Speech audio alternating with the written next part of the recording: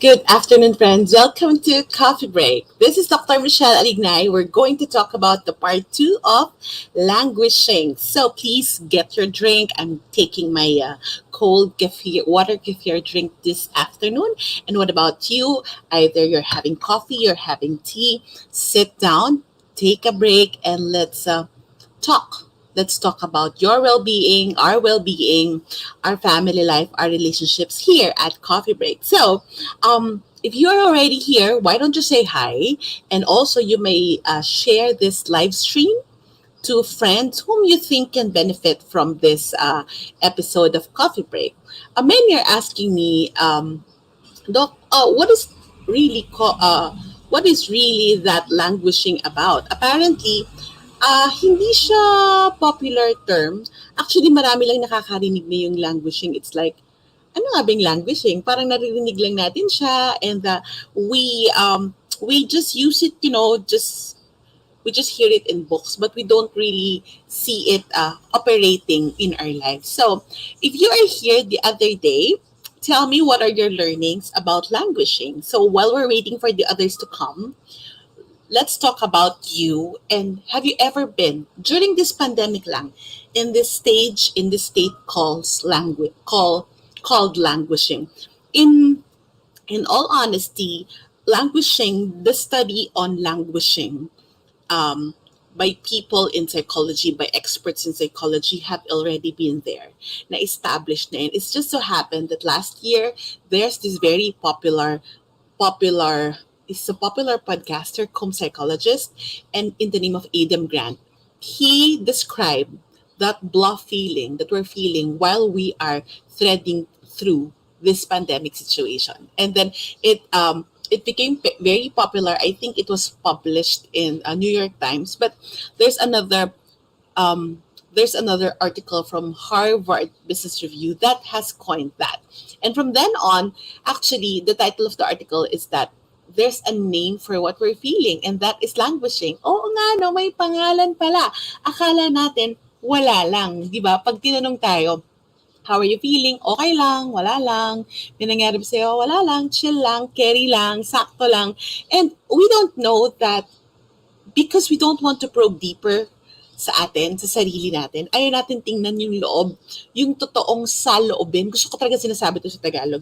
Yung totoong saloobin. Can you say that with me? Saloobin. Hindi natin tinitingnan yung totoo nating state, yung totoo nating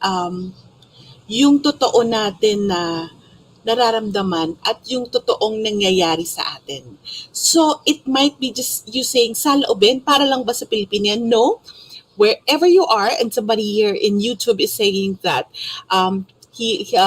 Melinda from Zamboanga, and I know that many of you are listening, of course, here from Manila in the Philippines, and we have friends who are actually listening to us from other parts of the world. So say hi. So when we talk about languishing, it's actually happening to many of us. So kung nangyari to sa inyo, ano yung madalas mong description dito? As it was said, languishing, it's the neglected middle child of mental health. Because when we look at it, it's actually, if we look at it as I mentioned the other day, if we look at it as a continuum, yung isang mahaba, languishing can be just in the middle. We're not flourishing. We're not maximizing our potential. Um, but it's not depression because we still do what we need to do. We can still function. But I think this is towards that feeling of there's no dread. We are just going with the flow, and that's languishing. Yung nakaupo ka lang, okay ka lang, whatever the day gives, we do it. Whatever is expected of us, we do it. But we don't find joy. There's no excitement. There's no motivation. Um, and of course, the motivation is dull. And it's hard for us to focus. Actually, I think I had that season here in this pandemic. So, what about you, friends? Have you been there? Have you been in that period called languishing? For all you know, baka nandyan kayo today. And we don't want to work. Yung, okay, ayoko magtrabaho. Ayokong gawin yan. Lagi na lang ganyan, paulit-ulit. So, I would like you to really think. And I would like you to reflect what have been your activities the past months. Um, I there's another article that I have been reading that says that because the past months it's just we being on lockdown. Let's say here in Manila, we are on lockdown, and there's a lot of input that there's a few input being happening to us. But there's a lot of output expected. What do you mean by ang daming expected output? Ang daming kailangan gawin. Ang dami nating dapat ayusin. Ang dami nating dapat na pagtuunan ng pansin. A lot are demanded from us. Can you relate with this? If I would ask you, what are the things in your plate? And what is it that you're doing to be able to replenish? If we are going to look at the input and output of our energy as a reserve in our lives, baka makita natin, minsan negative pa. Ang sa dami ng output, walang way to replenish. Somebody here said that I feel deteriorating sometimes. Yes, deteriorating, it's really very concrete, no? Minsan, di ba, meron tayong feeling ng paubos na ako. I don't know if you've heard that or you've used that. Me, I did. Paubos na ako, para ako nauupos na kandila. And when you say that, it means that our energy reserve, it's actually being too consumed. In all honesty, we have been too consumed by life. And if we do not catch ourselves, I have to say it, if we do not catch ourselves, really, our psychological fuel will run empty. Can you relate with this, friends? If we do not catch ourselves, if we do not actually do something deliberately for our own well-being, we just might be dragging ourselves hanggang matapos itong pandemyang to. We're still in that season of languishing. Yes, we're surviving, but they just would like to be in that okay mode. So somebody saying, yan, deteriorating. Hi, Michelle. I love you too. And then, Jen, half-day leave, rest din pag may time. Congratulations for taking, sometimes that's a brave thing to do because sometimes we are very harsh on ourselves. We don't want to take that leave even if we have leave credits. Hindi ayoko, kasi pag nawala ako, and that is really being kind to yourself. And then somebody saying that feeling restless sometimes, that's a part of it also because we lack focus. And then Melinda from YouTube is saying, most of the time I'm the state of languishing since the pandemic. And yes, it happens. We are running on psychological fuel for our psychological functioning. And that's really happening. Before I explain to you the things that we can do to be able to reboot us, there's one article that I read. Because why did languishing take place? Nawalan tayo ng time stamps. Stamp. Stamp. Or time or indicator. Look at it this way. Our time are considered as markers. Ako, I'm very conscious with time. I am one person who cannot live without a watch. I've been trained to honor time. That's why time is very crucial for me. So imagine our day, for the longest time since history, we are accustomed to doing everything with time as our markers or the stamper, the time stamps. And what am I saying here? What happens is that we have routines. Even though that, like me, each day of the week is different, still there's time markers. Kung gantong klase yung araw ko, may time markers. Time na maliligo, aalis ng opisina, aalis papuntang trabaho, or makikipag-meeting. So, may motion and routines and flow yan. The thing is, the time is actually the marker. So now, for example, if I have a lunch meeting, I know that I'll be out for lunch and I will have a meeting, or after lunch I'll have a meeting, right? So going from one place to another, honoring the time, even if we're trying to catch, kahit sabihin mo traffic, that becomes the marker. And then, what happens is that perception of how we value and how we use time put it down in the context of this pandemic situation wherein we are still in the middle of the quarantine situation, kahit na many are still going to work already, but still for the past months, that pattern that unconsciously ingrained in us, nawala. Kaya yung iba, they cannot differentiate what is actually work and what is actually personal time. Sabi nila, there's no more delineation or demarcation or boundary between time for work and time for the self or for the house because simply we're home. Yes, but time as markers in this pandemic has become blurred and then there's confusion. And some things that we've been doing since sanay tayo na may oras, sanay tayo na marker natin yung oras, nawala ng meaning. Nawala ng meaning kasi nawalan tayo ng sense of time. Nawalan tayo ng reset routines. Nawalan tayo ng pattern that we've been accustomed to doing. I remember if you know preschool, if you know kids, when you teach the small kids preschool, it has to be routines. Para sila matuto, kailangan meron tayong routine sa kanila to be able to, for them to help them learn that this is how the motion of things go. And yun yung nawala sa atin. And the effect of that, it's actually that loss of time. It's also loss of opportunities and loss of chances that we refill our energy bank. Let's call it energy bank sa labas. From experiences, meeting new people, new experience, kahit sabihin mong malling lang yan, coffee with friends, walking from your workplace to the parking, it's all experience and it's all something new. But in the house, I think something new may be what you're wearing, what you're eating today. It's just everything has become so routinary to the point that some are losing meaning. Some are losing that drive and motivation. I'm not saying that this is true for all, but if you can relate with what I'm saying, please tell me if you can. Please tell me that yes, that's languishing. Kaya nangyari yung languishing. It may be different for many, but this is one factor.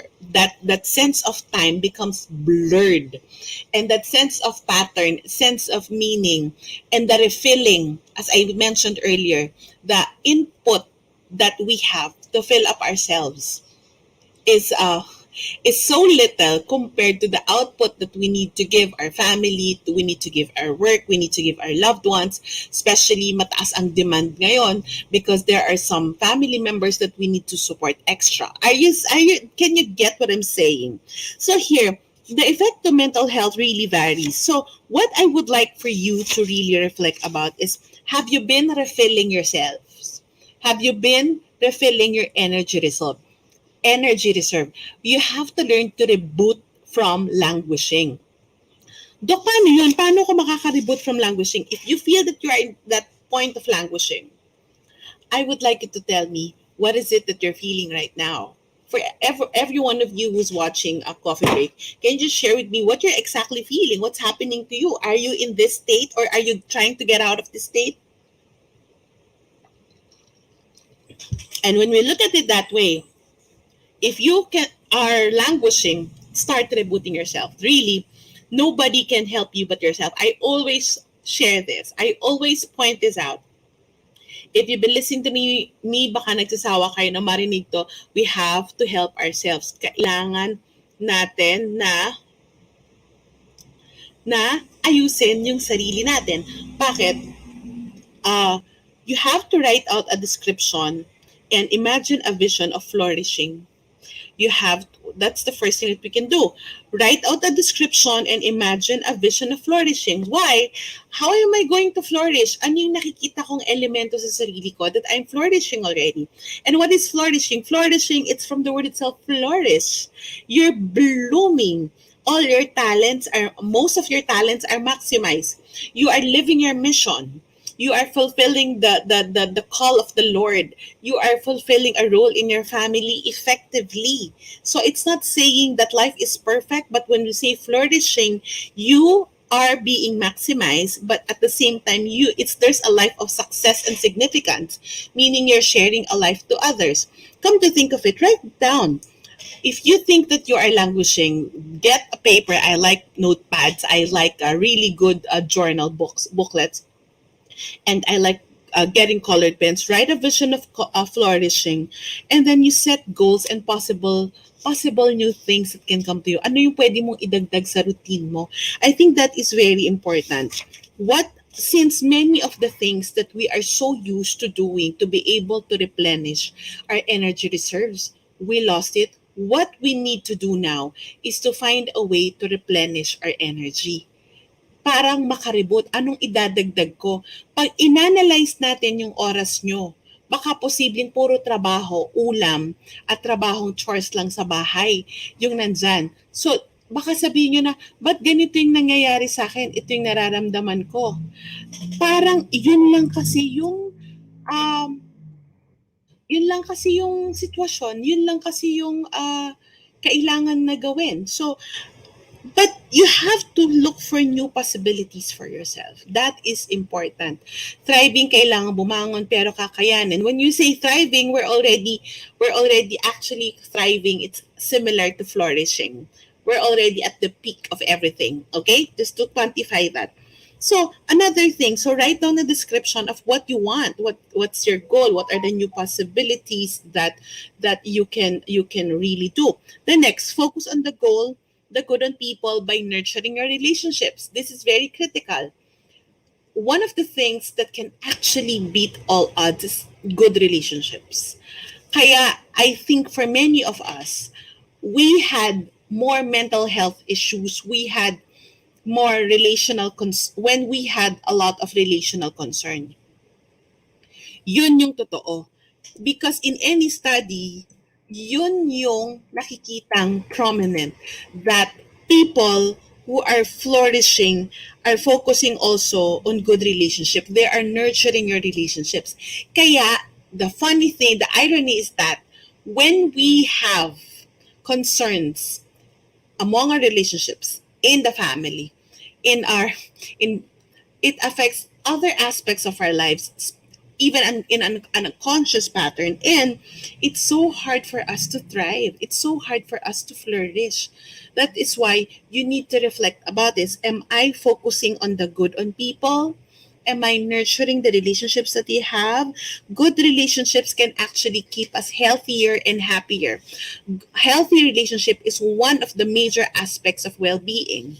So it's important for us, while we are taking care of our career and our work, it's important for us to actually take care of our loving relationships, our family relationships, and we have to identify who are the important people and what is important for us. Anong dapat sana meron sa isang relasyon at ano yung pwede kong idagdag for me to show my concern and care in the relationships that I have. No matter how busy I am, no matter what life gives me, because this is important, this is what I'm going to give. That is a sign also, and that is actually helping ourselves get out of languishing. It's taking a break from the routinary through relationships. So the first one, it's what's your goal by what's your goal? Write it out. The second is focus on relationships. The third, seek out fun and joy for your overall mental health. Ako naniniwala ako dito. Pero friends, let's quantify. Not all things are actually supposed to be fun. Naniniwala naman ako na ang buhay ay dapat combination. I'm not the type of person, even the so-called expert that I am, I just don't want things fun.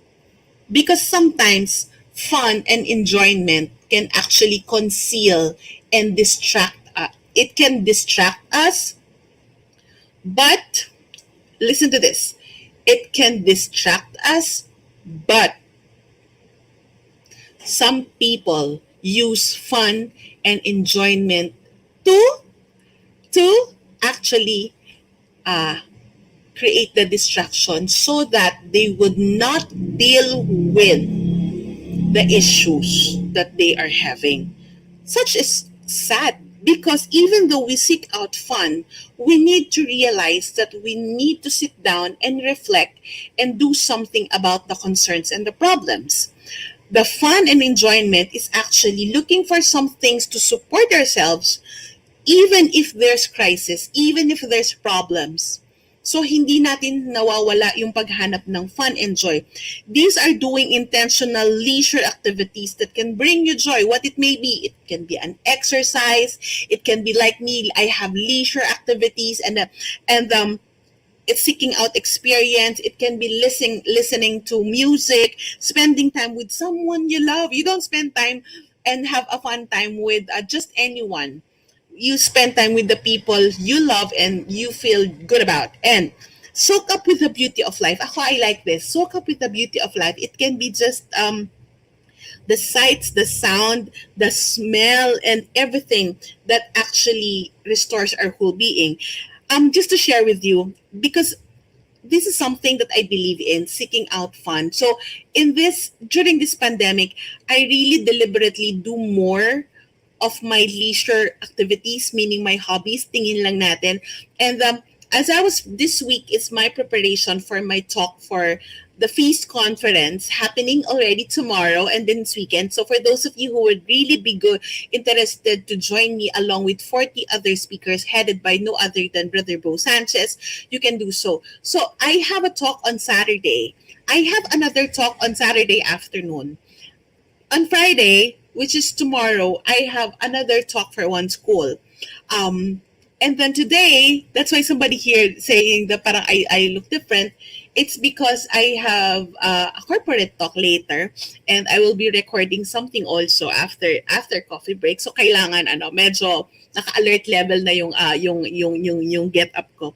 But actually, when I dress up, it's doing something fun, doing something that I enjoy. It's giving myself that experience and an intentional activity because dressing up and actually oh, somebody said here, excited to hear you talk in my child's school. Yes, tomorrow I'll be with De La Salsobel, and on Saturday, during the break of Feast Conference, I will be with Infant Jesus Academy. Okay, those are the things that I do. Later, I have a session for our Friends in Sun Live. So that's how my day works. So because I am going to be very busy, let's catch this. Because I am going to be very busy, since I prepared already what I need to do, what I did yesterday afternoon is to soak up myself in something that I enjoy, something stimulating and sensual. So I handcrafted beeswax candles that my friend asked me to do for her, and I also handcrafted for my personal use.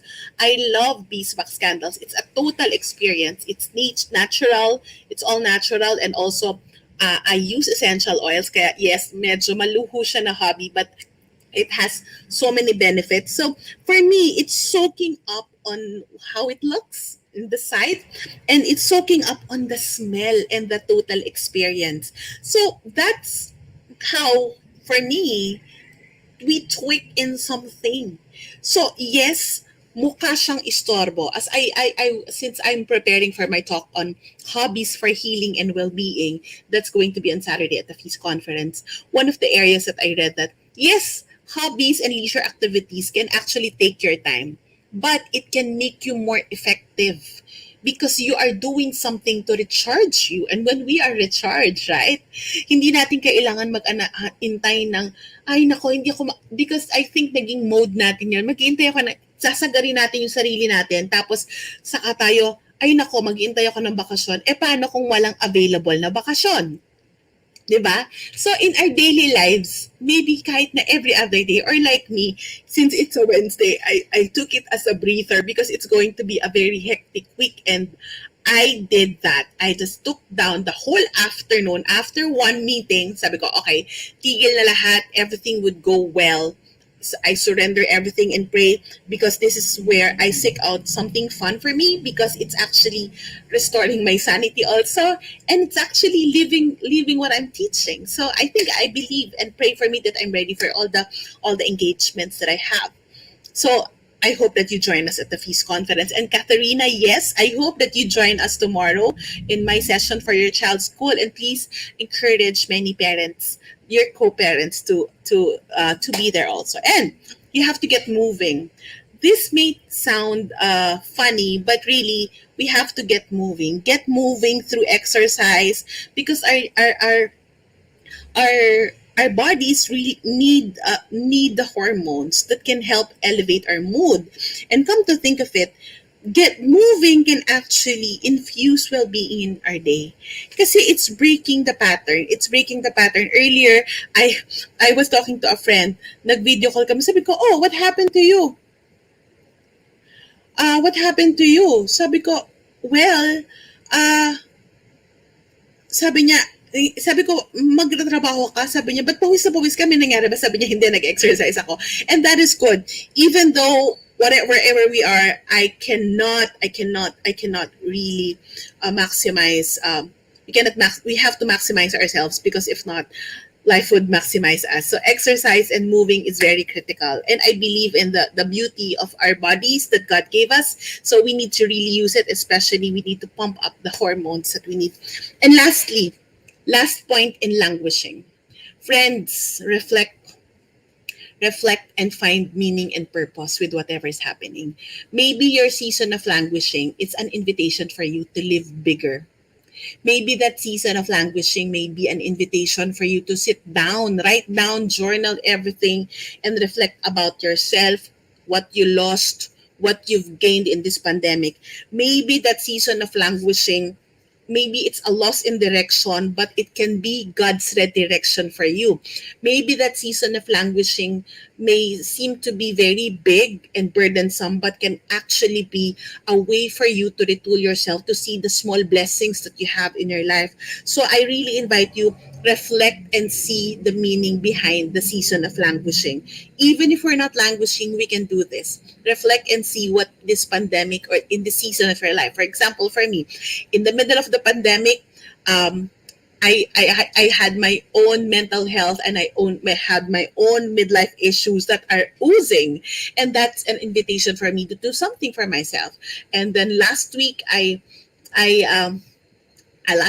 don't know if you've seen the episode of Coffee Break. I stayed for 2 days in a private retreat house with a spiritual director. So it's something that I have to do for myself. So what do you want life to be now? You have to really, what do you want life to be now? I really invite you, don't fret over tomorrow because we have to do our assignments right now. There are lots of things that we should be focusing our energies on. But if you're lacking in energy already, the first priority that I believe that God asks us to take care of is ourselves. Before that, we can take care of His work, God's mission, other people, all our work. If you are already in that state of languishing, make sure that you set time for yourself. Like in a calendar na walang ibang makakagalaw at ikaw lang ang makakasave sa sarili mo. In this season, what did you learn most about yourself? And I hope that languishing, this is my endpoint, languishing can be converted to a season of loving and a season of learning. Learning things about yourself, learning things about, learning new things about life and everything. I hope that you reflect about that. I hope that this is something for you to really realize because this is very critical. This is really critical. We don't want to go on with life just languishing. We want to go on with life flourishing and thriving because we are stewards of God's creation. And one of the best creation by the Lord is us. Tayo'y ginawa to fulfill a mission. And that's the invitation that languishing has for you. Languishing to live, languishing to learn. So that's about it. What are your big takeaway, friends? I would like to really see your comment. Parang wala na ako, may kausap pa ba ako? I would like to see your comments. What are your big takeaways? What are the things that you learned today? What are the things that you think na hahawakan nyo so that you can get out? Or if you are not in languishing, hindi tayo mapunta dito sa period of languishing. So please put that in the comment section and let me just go over some announcement. Of course, friends, please, if you would like to really get out of that season of languishing and if you would like to help yourself, start by doing so by taking part at the biggest online event of the year. That's the Feast Conference happening already tomorrow. It's online. It's in an app. It's a very cool app called Wuva. You can have it in your app or you can have it in your desktop. If you purchase the regular tickets, you have access for 7 days. If you buy the premium tickets, you have access to 40 plus stocks for 60 days. I promise you, mangangako ako sa inyo na if you join the Feast Conference, hindi kayo magsisisi. Kasi napakaraming blessing at it's a way for us to actually get out of languishing. And that's the Feast Conference. And if you would like to listen to my talk, on hobbies for healing, that's exclusively happening at the Feast Conference. And please, friends, if you feel that I have blessed you with what I share here, I would like to ask to be blessed in return. You can support Coffee Break by sending Facebook stars, or you can send me a message so I can give you the GCash account. Wherein, when you support Coffee Break, I use this for the tech things that I pay for the people behind this, and I use it also to bless some missions that I support, including Anna Wim Foundation for the elderly. So I hope, friends, that you help we help each other as this is blessing you. You bless the world too, and you bless me through your stars, with your prayers, and with your support here at Coffee Break. So that's about it. Let's get out of languishing. Let's make that languishing a season of learning. Let's make languishing a season of loving truly and loving the life that the Lord has made us. God bless you. This is Dr. Michelle Alignay for Coffee Break.